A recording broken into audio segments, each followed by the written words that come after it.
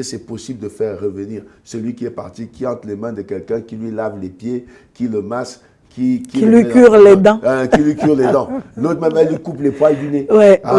Est-ce que c'est possible? Toi, tu ne faisais pas ça, mais l'homme est parti là-bas, on lui fait tout ça. Est-ce que c'est possible de le faire revenir? Est-ce qu'il y a encore une chance? C'est ce que la révérende nous dit. Il y a des points sur lesquels la femme qui veut faire revenir son mari doit travailler. Oui. D'abord, la première chose, c'est je veux vraiment décourager certaines attitudes irresponsables. Parce que plusieurs femmes, là, vous voyez, même parmi celles qui me suivent, plusieurs sont des irresponsables. Yes. Elles n'ont pas atteint la maturité pour se marier. La maturité pour se marier n'est pas que physique. Des fois, on a le corps, on a la poitrine, on a vraiment tout ce qu'il faut physiquement pour se marier, mais dedans, c'est zéro. Et j'espère que vous qui me suivez, vous n'êtes pas dans ce groupe de zéro. Beaucoup de femmes sont irresponsables. Donc, dès l'instant qu'il y a des problèmes, plutôt que de chercher les solutions, donc elles passent leur vie au téléphone à raconter aux femmes des amis de leur mari, aux amis de leur mari, à chercher des gens pour régler le problème à leur propre place. Donc, quand elle essaie avec les amis que ça ne passe plus, elle essaie maintenant avec les pasteurs. Elle va dans une église, elle raconte toute sa vie là-bas. Et quand ça ne marche pas, alors c'est le pasteur ou l'église qui n'est pas bien. Elle se déplace, aller dans une autre église. Et d'église en église, et donc toute la ville a la vie de ton mari. Alors, la chose que tu dois savoir, ça dégoûte. Tu te montres encore plus enfantine à un homme quand tu ne sais pas tenir ta bouche sur les problèmes que vous avez. La femme a deux bouches. Il y a la bouche là qu'elle prend pour parler, expliquer les situations, et il y a la bouche qu'elle prend pour résoudre ses problèmes. Cette deuxième bouche s'appelle les genoux. Si tu ne peux pas impliquer tes genoux et que tu veux rester à t'appuyer seulement sur les gens, il faut que tu saches que ton problème ne sera pas résolu. Tu vas perdre ton foyer, tu vas perdre ton mari. Le temps que tu ouvres les yeux, il sera assis là-bas avec une femme qui lui met les plumes comme ça dans les oreilles, qui lui caresse la tête comme Dalila a eu Samson. Elle a chéri Samson, Samson a oublié même l'onction qu'il portait. Beaucoup de femmes sont irresponsables, incapables de tenir un foyer. L'homme même est en train de partir, incapable de le ramener à la maison. Pourquoi? Par immaturité, pasteur. Parce que tu veux que ce soit le pasteur qui ramène ton mari à la maison. Tu veux que ce soit la servante de Dieu qui ramène ton mari à la maison. Mais la servante de Dieu, elle-même, elle a son mari. Moi-même, j'ai mon mari. Pourquoi tu veux que ce soit moi qui ramène toi, ton mari à la maison? Je peux t'aider, te donner des conseils, te montrer certains versets, mais la femme sage bâtit sa maison. Si tu es sage, ou si tu veux réellement garder ton foyer, travaille ta sagesse. Alors ça passe aussi par travailler sur soi. Les choses qui te reprochent, commence déjà par abandonner. Je n'ai pas dit diminuer, je dis abandonner. Les choses que ton mari te reprochait, pour lesquelles il est en train de partir, il faut abandonner ça. Ensuite, la chose, quand l'homme s'attache déjà à une autre femme, il faut avoir le courage d'observer cette femme. Les femmes sont bien des fois peureuses. Pasteur, il faut observer cette femme et trouver quelle peut être la raison pour laquelle mon mari à moi peut être en train de vouloir s'attacher à cette femme. Il y a forcément... on a cette attitude de femme. Oh, elle vaut rien, elle n'est pas belle. Oui, elle n'est pas belle, mais il est en train de s'attacher à elle. C'est ça. Ou elle n'a pas ma forme. Elle n'a pas ta forme, mais il est en train de s'attacher à elle. Donc le problème n'est plus que physique. Il y a la tension, il y a la douceur, il y a toutes ces choses. Donc quand une femme veut revenir ramener son mari à elle, elle travaille sur les points sur lesquels le mari donc lui a... Il faut reprocher, mais aussi il faut changer radicalement. Il faut un changement radical. Les choses qu'on vous reprochait, on ne doit plus vous voir dans ces choses.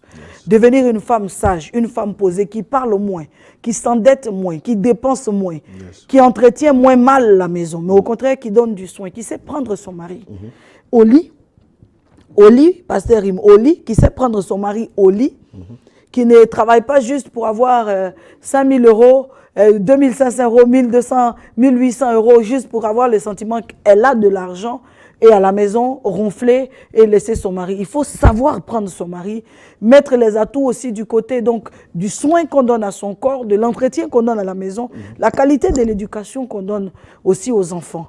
L'autre chose, mais la plus fondamentale, au-delà de tout ça, ça reste le côté spirituel. J'ai parlé des genoux. Quand vous parlez et que ça ne marche plus avec les mots, avec des phrases, arrêtez de parler ici, utilisez l'autre bouche de la femme, ce sont les genoux. Mettez vos genoux à terre, implorez Dieu, implorez la grâce de Dieu, priez pour que son cœur revienne à vous. Priez pour que Dieu vous le ramène. Priez pour que les raisons, les points sur lesquels vous n'êtes pas en train de vous comprendre, que Dieu touche son cœur et que la compréhension revienne afin que le foyer soit restauré. La prière joue un rôle capital. La prière change les saisons. La prière adoucit les cœurs. La prière fait tomber les murs. La prière aplanit les montagnes. La prière sépare les eaux d'en haut avec les eaux d'en bas.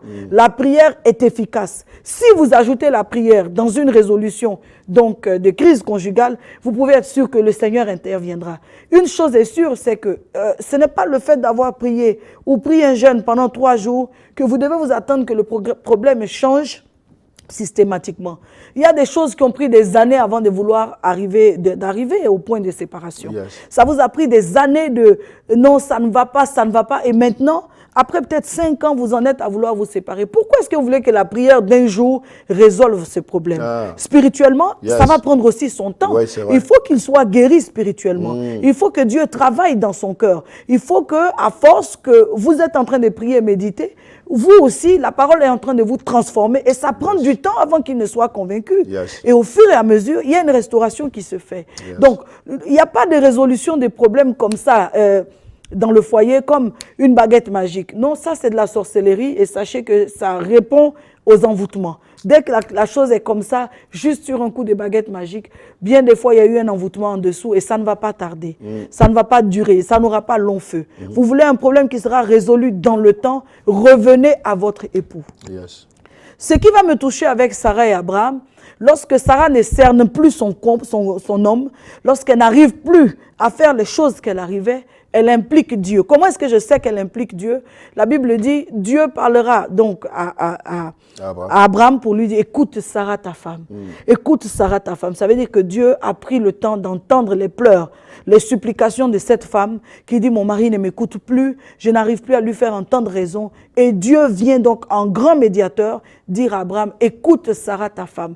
Vous ne pouvez pas restaurer donc un mariage qui est entre les mains du Seigneur par vos propres forces. Vous avez besoin de vous tourner vers le Seigneur. Vous avez besoin d'être une femme humble. Beaucoup d'entre vous, vous êtes des femmes orgueilleuses.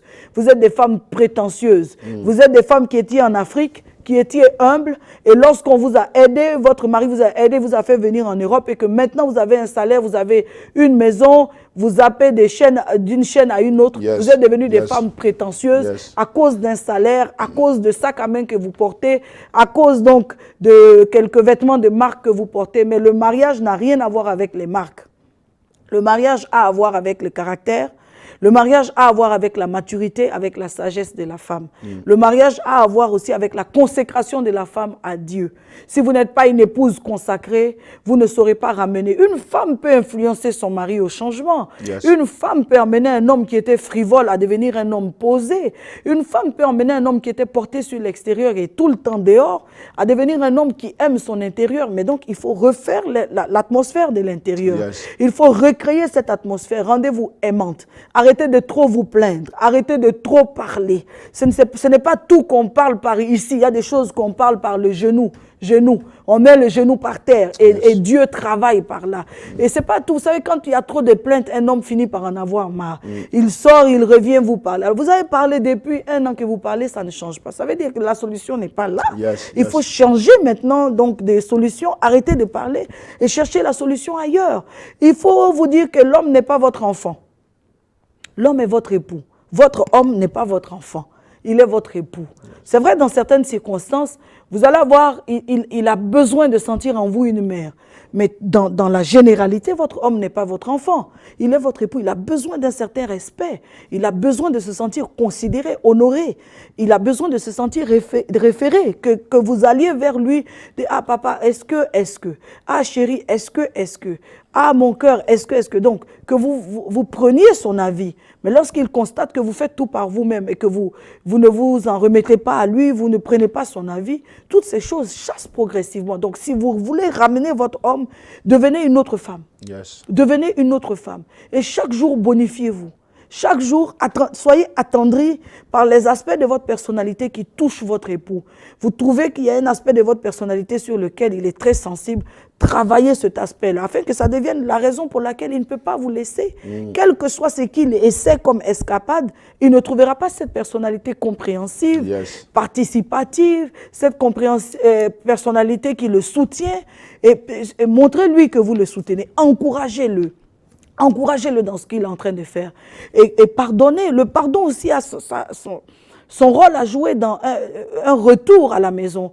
Vous voulez qu'un homme revienne et quand il revient, vous êtes tout le temps en train de lui rappeler ce qui s'est passé. Vous êtes tout le temps en train de revenir dessus. Donc vous avez le droit de pleurer. Vous avez le droit de souffrir et c'est humain. Et je peux vous dire, non seulement c'est humain, mais pour nous les femmes, c'est féminin. De souffrir, d'avoir mal, des choses qu'on a vécues ou qu'on vit. Mais si vous voulez sauver votre couple, arrêtez de rappeler ça à votre époux. Arrêtez de lui rappeler qu'il vous a trompé. Arrêtez de lui rappeler qu'il vous a humilié. Arrêtez de lui rappeler parce que ce sont des choses qu'il essaie d'oublier. Des fois, un homme s'en va juste parce qu'il a honte de ce qu'il a fait. Parce que c'est trop gros ce qu'il a fait. Et qu'il se dit qu'il ne pourra jamais se faire pardonner. Là, vous devez l'épater. Là, vous devez sortir le grand jeu. Vous devez lui montrer que vous savez, mais vous vous mettez au-dessus. Que vous avez vu, mais que vous vous mettez au-dessus. Qu'est-ce que vous allez me donner comme raison? Il a mis une femme dehors enceinte. Mais depuis quand est-ce qu'un enfant doit changer le monde? Cet enfant qui vient, vous ne savez même pas s'il va vivre. Vous ne savez même pas ce qu'il va devenir. Mais ramenez votre époux à la maison et maintenant c'est la femme qui est dehors qui a des problèmes. C'est elle qui doit réfléchir. Quelle est la place que cet enfant aura? Ce n'est pas à vous de vous mettre la main sur la tête et de crier dans tous les sens. Quel est le problème? Parce que votre mari a eu une aventure, ce n'est pas souhaitable, mais ça peut arriver. Oui, Abraham a eu une aventure et David en a eu plusieurs. Le problème, c'est lequel? Est-ce que le monde doit s'arrêter parce que votre mari a eu une aventure? Non. Je ne vous souhaite pas ça, mais je suis juste en train de dire que vous devez devenir des femmes mûres. Mûres au point où vous savez vous élever au-dessus de certaines considérations, au-dessus de certaines choses pour l'intérêt de la stabilité conjugale. Quand une femme veut son foyer, des fois elle se fait aveugle, des fois elle se fait sourde et des fois elle se fait muette. Si vous voulez sauver votre mari, quand il est en train, votre mariage, quand le mari, après certaines crises, est en train de revenir, évitez de ressasser les problèmes, évitez de pleurnicher à longueur. Un homme a besoin de voir une femme mûre. Nous commettons l'erreur de croire en tant que femme que quand on expose trop notre sensibilité, on attendrit un homme. Mais des fois, ça prend la tête à un homme de savoir qu'au lieu d'une femme, c'est à une fillette qu'il a affaire.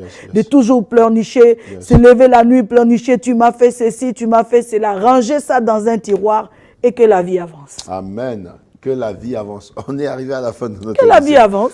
Et la vie avance. Il doit revenir. Il doit revenir. Et il doit rester. Et là, si vous prenez tous ces conseils qui vous sont donnés et que vous les mettez en pratique, déjà, vous allez éviter qu'il s'en aille, parce qu'on vous a donné ici les raisons qui peuvent pousser l'homme à partir.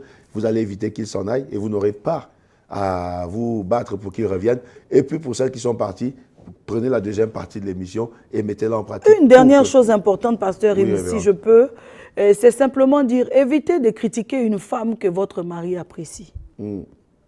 Évitez de passer votre temps à critiquer une femme que votre mari apprécie. Ça, c'est une chose qui va l'éloigner de vous. Évitez de critiquer une femme que votre mari apprécie. Ça va l'éloigner.